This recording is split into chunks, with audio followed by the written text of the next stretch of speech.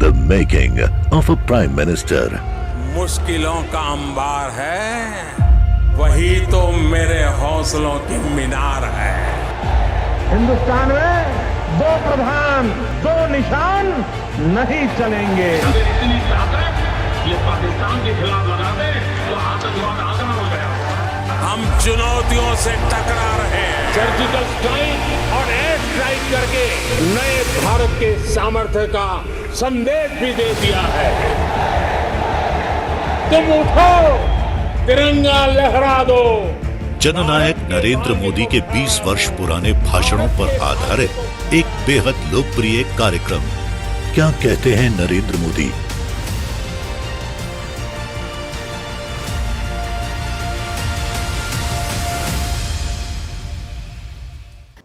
नमस्कार, मैं हूं आपके साथ पूर्णिमा मिश्रा। हमारे खास प्रोग्राम क्या कहते हैं नरेंद्र मोदी में आज आपको सुनवाएंगे प्रधानमंत्री मोदी का वो ऐतिहासिक भाषण जो उन्होंने 29 फरवरी 2020 को दिया। प्रयागराज में एक कार्यक्रम के दौरान मोदी ने कहा कि नए भारत के निर्माण में दिव्यांग हो या बुजुर्ग, सबकी भागीदारी जरूरी है। हमारा संकल्प साफ है, सबका साथ, सबका विकास, सबका विश्वास। साथियों, ये हमारी ही सरकार है जिसने पहली बार दिव्यांग जनों के अधिकारों को स्पष्ट करने वाला कानून लागू किया। इस कानून का एक बहुत बड़ा लाभ ये हुआ है कि पहले दिव्यांगों की जो 7 अलग अलग तरह की कैटेगरी होती थी उसे बढ़ाकर अब 21 कैटेगरी कर दिया गया। इतना उसका विस्तार किया गया, यानी हमने इसका दायरा बढ़ा दिया। इसके अलावा दिव्यांगों पर अगर कोई अत्याचार करता है, कोई मजाक उड़ाता है, उन्हें परेशान करता है, तो इससे जुड़े नियमों को भी सख्त किया गया। साथियों, ये भी हमारी ही सरकार ने, जिसने न सिर्फ दिव्यांगों की नियुक्ति के लिए विशेष अभियान चलाए, बल्कि सरकारी नौकरियों में उनका आरक्षण बढ़ाकर दिव्यांगजनों के लिए 3% से बढ़ा करके अब 4% कर दिया है। इतना ही नहीं, उच्च शिक्षा संस्थानों में दाखिले के लिए भी उनका आरक्षण 3% से बढ़ाकर 5% कर दिया गया है। अपने दिव्यांग साथियों का कौशल विकास भी हमारी प्राथमिकता रही है। सरकार ने 2 लाख साथियों को स्किल ट्रेनिंग दी है और अब 5 लाख दिव्यांग साथियों को स्किल ट्रेनिंग देने का लक्ष्य है। भाई और बहनों, नए भारत के निर्माण में हर दिव्यांग युवा, दिव्यांग बच्चे की उचित भागीदारी बहुत आवश्यक है। चाहे वो उद्योग हो, सेवा का क्षेत्र हो या फिर खेल का मैदान, दिव्यांगों के कौशल को निरंतर प्रोत्साहित किया जा रहा है। हाल ही में अंतर्राष्ट्रीय स्तर पर भी जितने भी दिव्यांगों से जुड़ी खेल स्पर्धाएं हुई हैं, उनमें भारत का प्रदर्शन, हमारे दिव्यांग साथियों ने हिंदुस्तान का नाम दुनिया में रोशन किया है। उनका प्रदर्शन बेहतरीन रहा है। आप कल्पना कर सकते कितनी बड़ी मजबूत संकल्प शक्ति होगी, तब जाके दुनिया के मैदान में भी मेरे देश के दिव्यांगजन भारत का तिरंगा फहरा करके आते हैं। दिव्यांगों के इस कौशल को और निखारने के लिए मध्य प्रदेश के ग्वालियर में एक स्पोर्ट सेंटर बनाने की दिशा में काम किया जा रहा है। इस सेंटर में ट्रेनिंग, सिलेक्शन, पढ़ाई लिखाई रिसर्च, मेडिकल सुविधाएं, यानी नेशनल और इंटरनेशनल मुकाबलों के लिए जो भी तैयारियां चाहिए, उनकी सुविधा हमारे दिव्यांगजनों को यहां दी जाए। साथियों, हमारे देश में 2.5 करोड़ से अधिक दिव्यांग है, तो 10 करोड़ से अधिक सीनियर सिटीजन, हमारे वरिष्ठ नागरिक भी हैं। एक आयु के बाद सुविधा के अनेक उपकरणों की जरूरत हमारे इन वरिष्ठ नागरिकों को होती है, हमारे सीनियर सिटीजन्स को होती है। किसी को चलने में दिक्कत, किसी को सुनने में दिक्कत। सीनियर सिटीजन्स के जीवन से इस परेशानी को कम करने के लिए हम लगातार काम कर रहे हैं।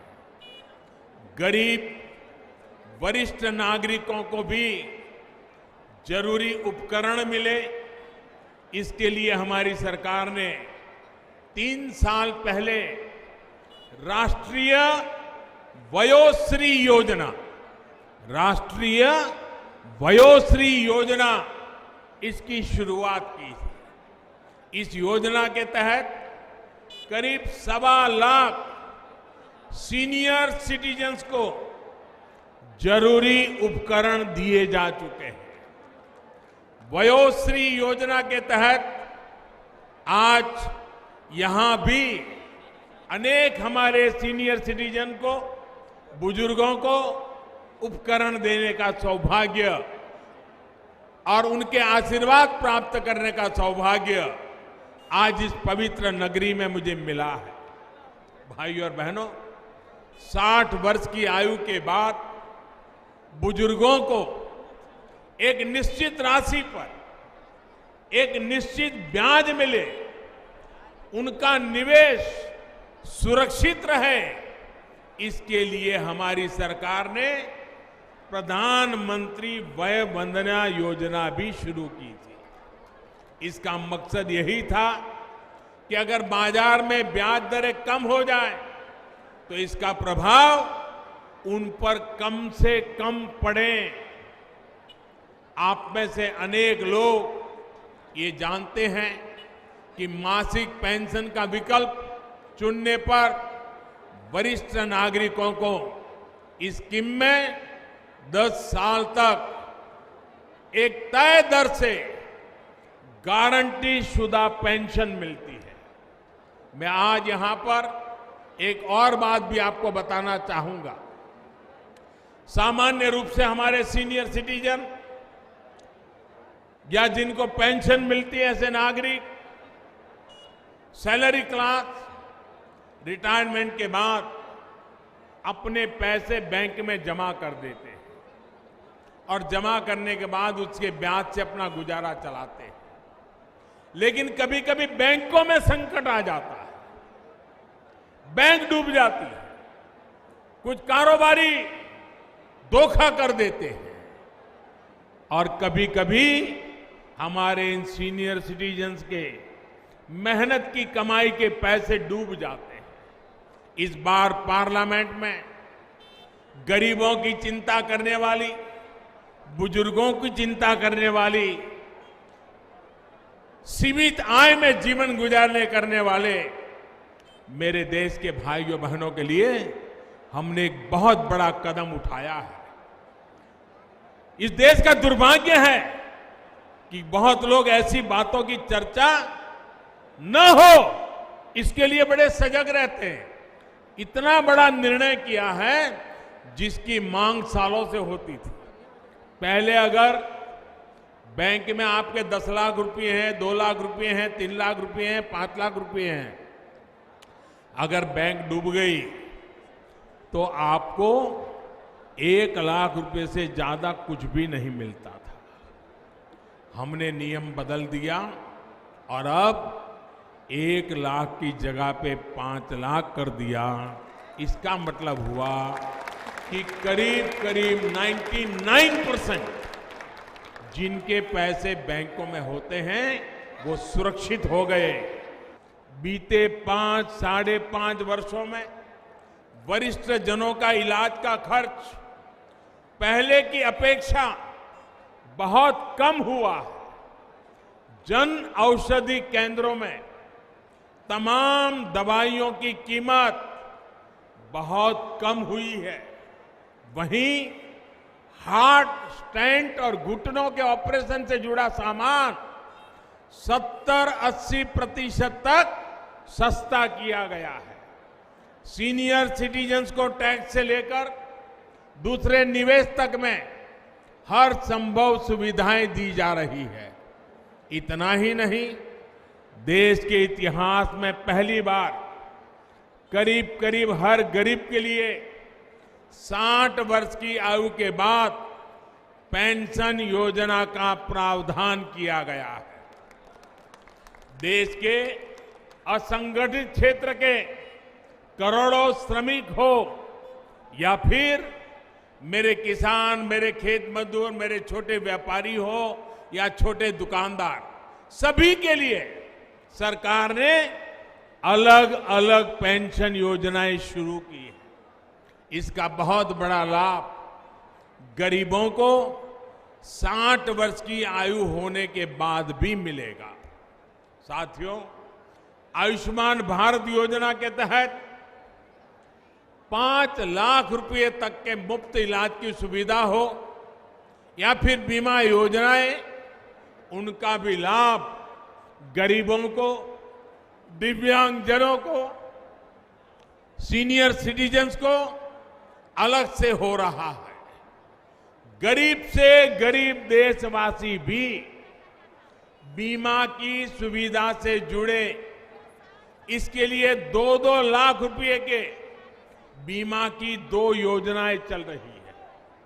प्रधानमंत्री सुरक्षा बीमा योजना के तहत 1 रुपया प्रति महीना, यानी महीना का सिर्फ 1 रुपया, और प्रधानमंत्री जीवन ज्योति योजना के तहत 1 दिन का 90 पैसा, उतने कम प्रीमियम उनका इंश्योरेंस निकाला जा रहा है। अभी तक 24 करोड़ से ज्यादा हमारे साथी इन दोनों योजनाओं से जुड़ चुके हैं और मुश्किल समय में उन्हें 4000 करोड़ रुपए से अधिक का क्लेम भी इन परिवारों तक पहुंच चुका है। साथियों, आपसे बात करते हुए शुरुआत में मैंने एक श्लोक का जिक्र किया था जिसमें शासन के दायित्वों की बात की थी। उसी मंत्र का आखिरी हिस्सा है लोकाः समस्ता, लोकाः समस्ता सुखिनो भवन्तु, यानी जगत के अंदर समाज के हर वर्ग, हर नागरिक, हर कोई सुखी हो। इसी कामना के साथ मैं फिर एक बार सभी सीनियर सिटीजन को प्रणाम करते हुए, सभी दिव्यांग जनों के संकल्प शक्ति को नमन करते हुए इस महान पवित्र अवसर को, मेरे लिए ये दिव्यांग जनों का कुंभ भी बहुत पवित्र है, सेवा भाव से भरा हुआ है। इस अवसर पर मैं भारत सरकार के इस विभाग को भी, राज्य सरकार के प्रयासों को भी बहुत ही गौरवपूर्ण रूप से याद करते हुए, आप सबको नमन करते हुए, अनेक अनेक शुभकामनाएं देते हुए मेरी बात को समाप्त करता हूं। बहुत बहुत धन्यवाद। The making of a Prime Minister. मुश्किलों का अंबार है, वही तो मेरे हौसलों की मीनार है। हिंदुस्तान में 2 प्रधान 2 निशान नहीं चलेंगे। इतनी ताकत ये पाकिस्तान के खिलाफ लगा दे तो आतंकवाद आसान हो गया। हम चुनौतियों से टकरा रहे हैं। सर्जिकल स्ट्राइक और एयर स्ट्राइक करके नए भारत के सामर्थ्य का संदेश भी दे दिया है। तुम उठो, तिरंगा लहरा दो। जननायक नरेंद्र मोदी के 20 वर्ष पुराने भाषणों पर आधारित एक बेहद लोकप्रिय कार्यक्रम क्या कहते हैं नरेंद्र मोदी।